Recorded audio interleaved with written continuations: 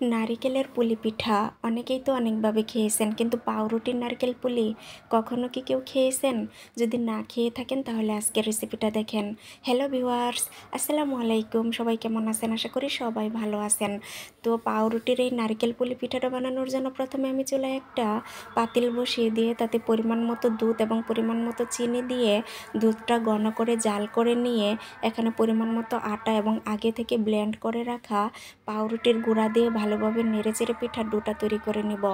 তারপর এখানে আমি পিঠার পুরটা তৈরি করার জন্য পরিমাণ মতো নারকেল কোড়া, পরিমাণ মতো খেজুরের গুড় এবং অল্প পরিমাণ তিল দিয়ে ভালোভাবে নেড়েচেড়ে পিঠার পুরটা তৈরি করে নিব।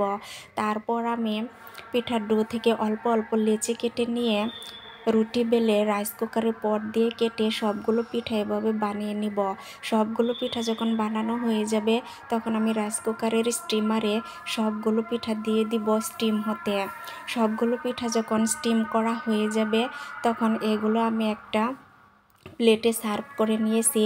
ট্রাস্ট মি, এই পিঠাটা খেতে এত দুর্দান্ত স্বাদের হয়, আপনারা বাসায় একবার হলেও ট্রাই করে দেখবেন। তো চলে যাচ্ছি, দেখা হবে নেক্সট কোনো ভিডিওতে।